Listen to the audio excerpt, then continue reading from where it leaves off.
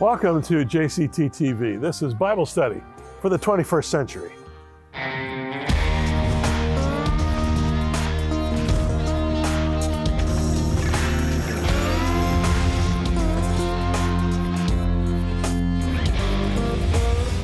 Mark Vander Vennen is my guest today before we do our Bible study segment. He is the executive director of the Shalem Mental Health Network, shalemnetwork.org, if you want to check it out. He is a psychotherapist. He's also a marriage and family therapist, and he has a faith-based ministry that is just absolutely profound. We're going to talk about all kinds of things over the course of the next 4 interviews, but we'll be dealing a lot with depression. We'll be back with more right after this.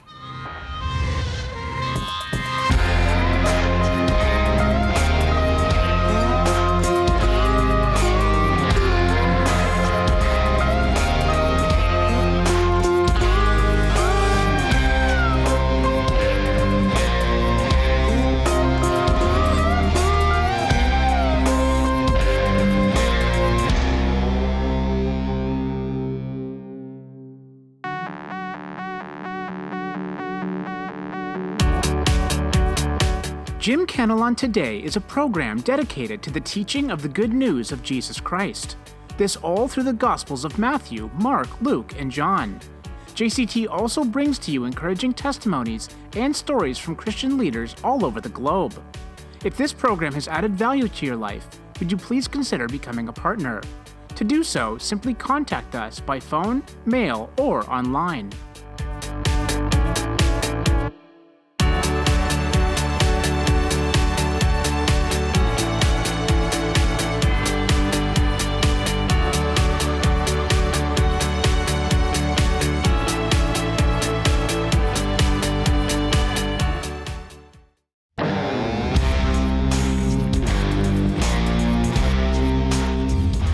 I mentioned to you off the top how excited I am to have Mark Vander Vennen back. For those of you who have been watching JCT for a few years, you may recall he was on my very first year. Most of you, however, are meeting for the first time. He's from the Shalem Mental Health Network, and if you want to reference it, it's shalemnetwork.org. But Mark is a psychotherapist. He's also a marriage and family therapist. And he's the executive director of the Shalem Mental Health Network, so he's a man with great experience, and I'm just delighted he's going to be with me for 4 programs over the course of this month, and we'll just get right to it. Mark, first of all, welcome back. It's good to have you on JCT again. Thank you, Jim. It's fantastic to be back. My wife, Kathy, often references your appearance the first time on this show. She says, boy, he was a terrific guy, not to make your head swell or anything. Yeah. For one thing, you run your Volkswagen diesel on cast-off vegetable oil. Absolutely. Which makes you totally eccentric. It works like a dream. Yeah, and I know, it works like a dream. And you're an evangelist for it, right? You're absolutely. Yeah. And they tell me that there's less emissions than normal diesel fuel. Yeah. That's because there's no sulfur in vegetable oil. I still can't believe it. I drive a diesel too, but there's no way I'm putting cooking oil on my truck. Anyway, moving right along. The Shalem Mental Health Network is fascinating. You're dealing in general with people who are struggling with serious mental illness and psychiatric issues. But after that general introduction, what is it actually that you're doing? We're really working to support communities, especially churches and faith communities, to deal effectively with the mental health needs that emerge within them and within their communities around them. Okay, so I'm not pastoring a church now, but right. For most of my ministry life, I've been a pastor. If I was having an issue that required some professional counseling, you would come alongside and help me and my church to deal with that? Yeah, there are a number of ways that we do that. The main thing is something we call the Congregational Assistance Plan, where a church purchases for all of its members up to 6 counseling sessions in a year from a local master's degree level Christian therapist. So it's like an EAP, Employee Assistance Plan, right? You work at a company, part of your health benefit packages, you get some counseling for you and your family. So we've tweaked that and applied it to churches. So a church can do that for all of its members and for others that it wants to support. So they go for counseling. Nobody knows in the church who is getting the counseling. It's anonymous. Right. But we give the church quarterly reports on usage rates and on even presenting issues. And so it's meant to be a sort of adjunct to pastoral care, not to replace pastoral care, but where there are situations that are beyond the training or expertise of the pastoral care folks and needs something more intensive in terms of like psychotherapy, then this comes alongside and partners with the pastoral care. I used to say to my congregations, if you need counseling, don't come to me because I'm not a counselor. Yeah. And I meant that because counseling is really a fine art, is it not? It is, and there's a lot of training for it, and there's a reason for that training, because you want to do it well and you don't want to mess up. You don't want to cause more harm inadvertently. Now, right? when I introduced you a moment ago as a psychotherapist, a lot of our viewers they've heard that term, but they don't really know what a psychotherapist is. What is a psychotherapist? So a psychotherapist is someone who typically has a master's degree in psychotherapy or in counseling or in psychology. It's different in different jurisdictions. In Ontario, where we're located, there's a college of psychotherapy, so you belong to the college, or other bodies like the School of Social Workers, which I happen to belong to, can also do the practice of psychotherapy. But different jurisdictions have different understandings of that. But a psychotherapist is not a psychologist. A psychologist has a PhD in psychology and belongs to the College of Psychotherapists, and is not a psychiatrist. A psychiatrist is a medical doctor. Mm-hmm. So it's kind of those distinctions. Huh. But the psychotherapist has a master's degree, is trained, has done lots of clinical work with clinical supervision. So it's a pretty guided, it's a professional area of expertise, right? Now, just in general. Yeah.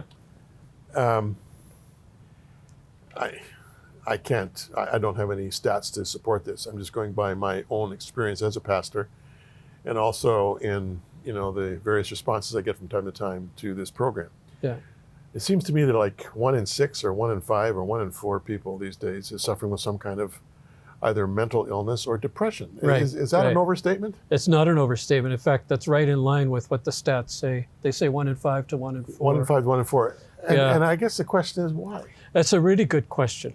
And we don't know why. I mean, if anybody says they think they know the answer, they're overreaching, because we don't know why.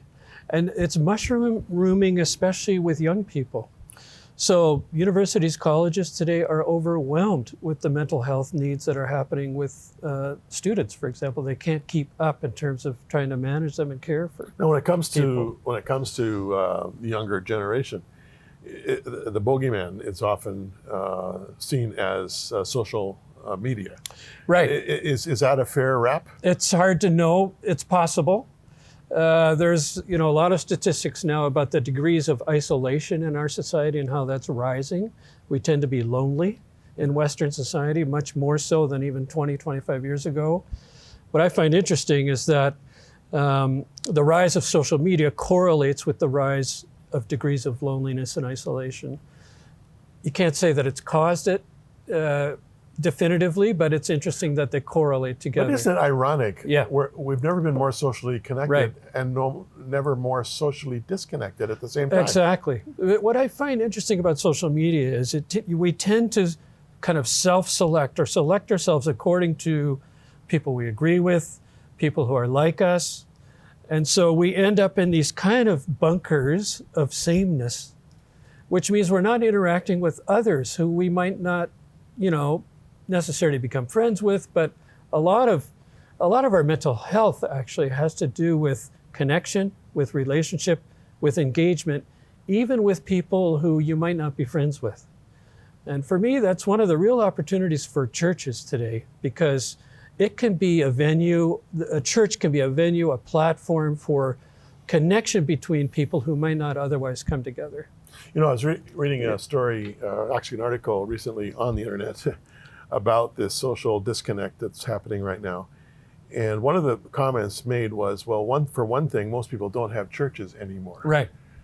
And I hadn't really thought of churches in those terms, but there is a very profound social interaction in a church that can be very healthy. Absolutely. Even when we disagree in a church. Yeah, of course. Right? And what church doesn't have disagreements? Well, exactly. But I'm a preacher's kid. I grew up. I cut my teeth on a church pew. Listening to my dad preach. Right. But I can remember still, various characters of various age groupings and so on, all who had some kind of input into my life. Yeah. And if I was making some boneheaded choices, I'd hear it from Mrs. Nelder, or my dear South African friend, Mrs. Wharton. Jimmy, are you sure about this? Yes. And I'm thinking at the time, well, what's up with this? But Right. the fact is that they were informing my life. Right. Right. But if, as you say, Right. you're dealing socially, basically with a kind of a silo, Right. there's no checks and balances. Exactly. Exactly. One of the terms that, and I'm looking at some of the material from your website, but if I can find it here, that I found fascinating was this thing called dissociative. What is it? What is it? You mentioned that people have this sense of lostness, this sense of what attachment disorder. That's Oh, what yeah. it was. Yes. I knew I'd get to it eventually. Yeah. Okay. Attachment disorder. Yeah. I mean, what's an attachment disorder? So an attachment, we do a lot of work with children and youth who have attachment disorders, and that's early trauma and neglect, and significant trauma and neglect. And so a lot of those kids end up in foster care or adoption situations, orphanages, and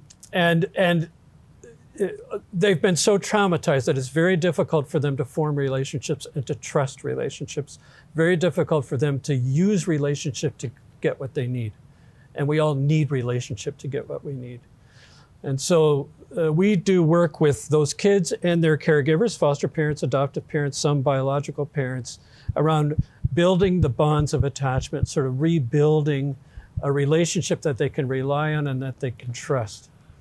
This is our first interview of 4, and I'm just kind of going in general categories right now, but I'm going to want to talk to you about dealing with attachment disorders, because again, as a pastor, boy, it's rare these days to encounter a family that is the same mom and the same dad from day one. Yeah.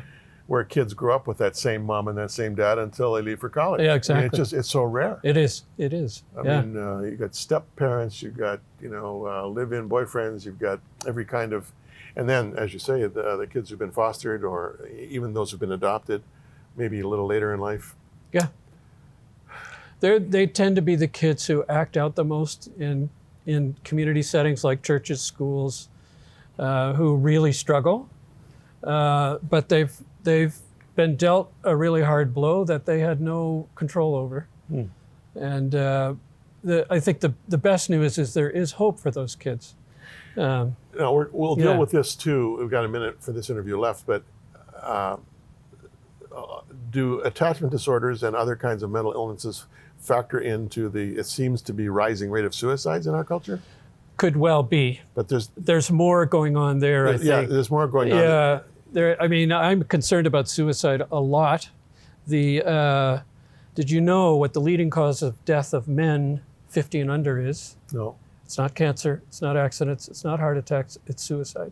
Really? So what is that about? Yeah. Right? Yeah. So that's not all about attachment issues. That's other stuff, depression, whatever else is going on. Yeah. Yeah. Well, if ever we needed help from above, Yeah. it's in the 21st century. Mark Vander Vennen is my guest, and he'll be on for the next 3 programs, and you'll want to tune in for that. I'll be back with our Bible teaching right after this.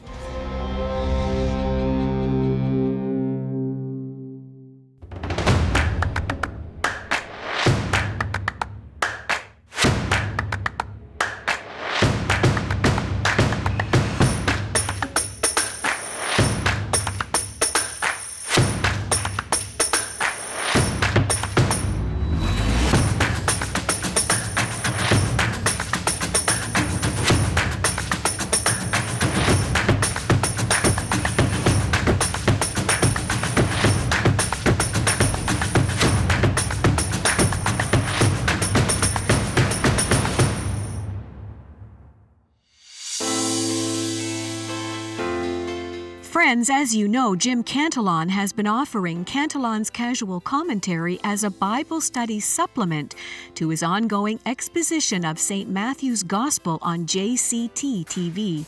He's excited to offer Volume 4, which completes the Matthew study. The Transfiguration, Triumphal Entry, Crucifixion, and Resurrection of Jesus Christ are all covered in this volume. Like the first 3 volumes, it's concise, captivating, and casual. To order your copy, you can call, write, or go online. Request Cantelon's Casual Commentary Volume 4, and for a gift in any amount, it will be sent to you. When you place your order, also consider becoming a monthly partner. Remember, your gifts help us build this ministry.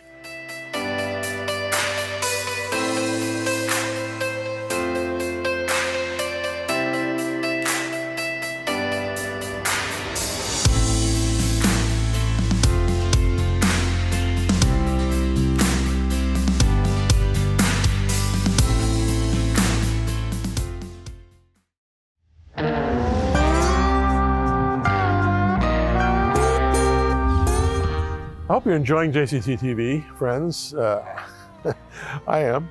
Been doing it now for a little over 3 years and just enjoying this kind of slow growth, incremental journey through the Gospels.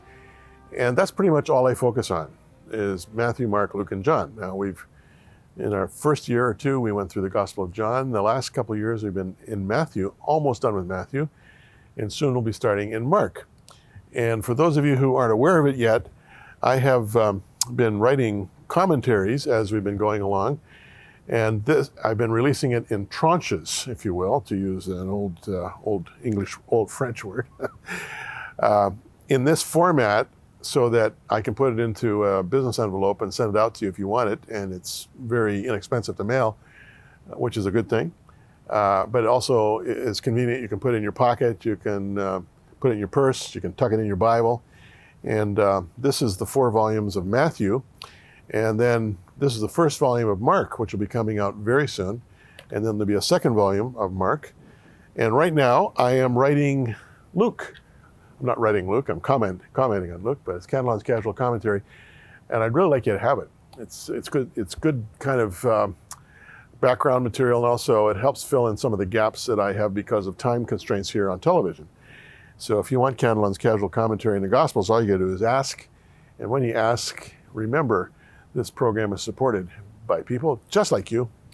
And we sure appreciate your most generous gift to our work, keeping in mind that we not only are involved in Bible teaching, but we're also involved significantly in working with orphans and widows in South Africa, Zambia, Malawi, Tanzania, and India. And you'll be hearing more about that as time goes on. But this is a comprehensive ministry that's concerned about both righteousness and justice, both the declaration of the gospel and also visiting orphans and widows in their distress. When you support one, you support the other. JCT supports WOW, WOW supports JCT, and together, and I'm a supporter too, we can do a good thing. All right? Okay, we are still in Matthew, and we're going to pick it up here in verse 32. We're just now into the really the climax of the Passion narrative. We've already seen Jesus being tried. We've seen Peter disowning Jesus, Judas betraying Jesus and then hanging himself, and then Jesus being brought before Pilate and the soldiers mocking him. And now we're about to get into the crux of it all, the crucifixion. Picking it up in verse 32 here, now as they came out, they found a man of Cyrene, Simon by name. Him they compelled to bear his cross. And when they had come to a place called Golgotha, that is to say, place of a skull, they gave him sour wine mingled with gall to drink, but when he had tasted it, he would not drink. Now, just to help you understand, crosses, which were used in their hundreds of thousands by the Romans to punish insurgents over their years of dominating most of the then known world, were not what we generally assume them to be or see them in artistic interpretation. The cross was not a big, tall cross on the top of a hill. A cross was generally a short thing, a little taller than a man, and a man was, it could be sometimes a literal tree with a cross member, or it could be a pole stuck in the ground with a cross member, but the point is that his feet were almost on the ground, and this was so that people could walk by, because they were always crucified in a public access place, could walk by, make fun of them, spit on them, hit them, do whatever they wanted. It was part of their punishment. Because it was a slow, drawn-out death, sometimes it could take a few days for a man to hang, to die on a cross, even as he hung there. A horrible thing, because they're suspended. They can't deal with their burning muscles. Because of the suspension, their lung function is constricted, horribly painful, and just horribly demeaning, because in most cases they hung there without any clothing, and it was just awful. It was one of the worst ways of dying known to man. So this is what the cross was. Now, when a man was being crucified, the pole or the tree was already there. What they would do is they would take the cross piece and they would, wrap his arms to it, or just tell him to put it over his shoulder, and he would have to walk to the place of crucifixion. Then they would nail him to that. They would put some ropes around the elbows against the cross piece. Then they would put his feet on the kind of a foot pad, the bottom of the upright, and nail him in there too, and then he would hang. This is what we're talking about here. So when we read that Simon, the Cyrene, was pressed to carry Jesus' cross, it obviously means that it was heavy, number one, and Jesus had lost a lot of blood already because of the horrible flogging he'd received, and he just didn't have the strength. And so the Roman soldier just pointed their finger at Simon from Cyrene, North Africa, and said, you carry it. And he had no choice. He had to carry the cross to Golgotha. Golgotha means the place of a skull. Now, the location of Golgotha is up for, discussion. If you go to Jerusalem today, and I know it very well because I lived there for 7 years, planting and pastoring King of Kings Church,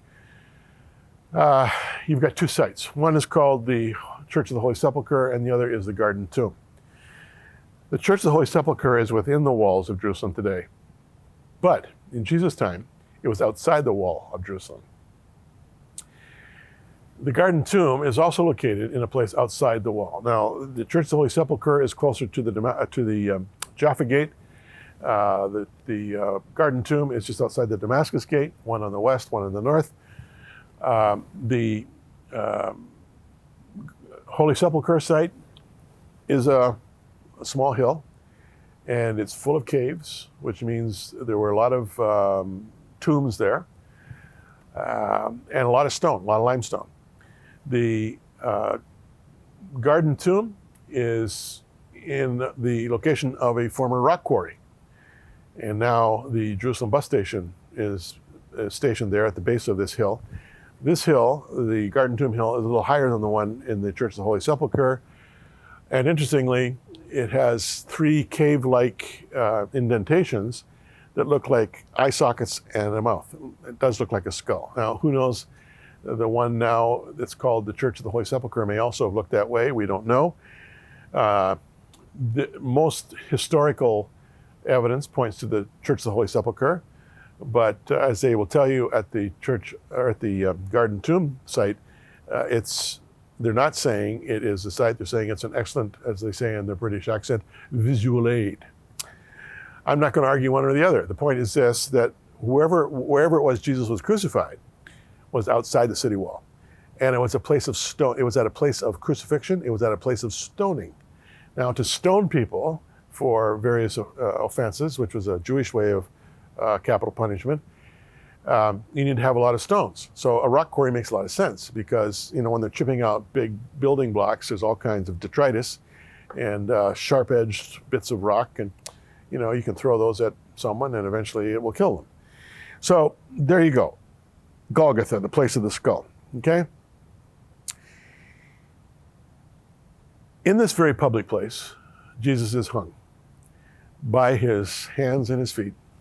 And there he is, absolutely helpless.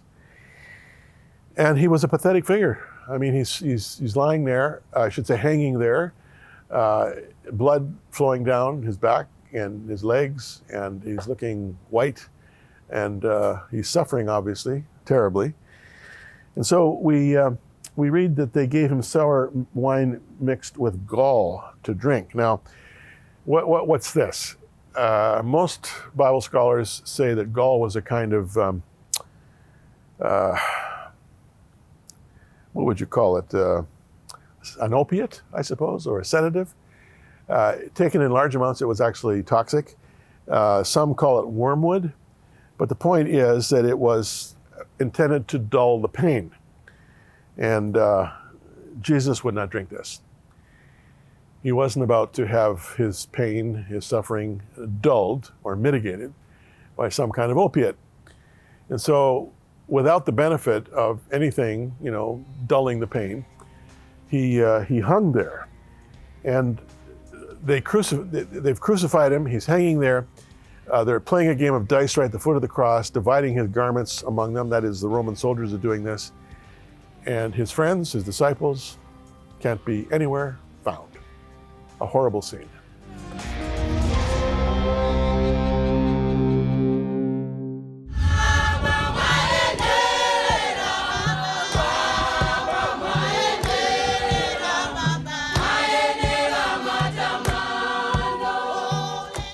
JCT TV is the official voice of WOW, working for orphans and widows. Jim Cantelon is the founder of WOW and has been ministering to orphans and widows in distress for 18 years. WOW's focus is home-based care for the dying. The horizon is vast, with thousands of the least of these in Africa and India. WOW depends on your generous support. To do so, simply contact us by phone, mail, or online.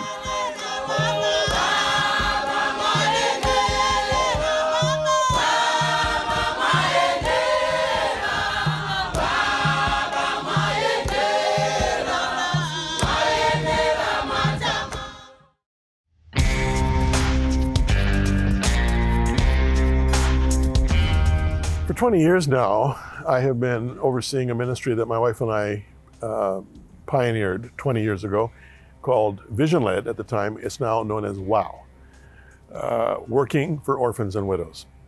We've been working in sub-Saharan Africa and now India with the poorest of the poor, with the least of these, as the scripture puts it, with orphans and widows in their distress.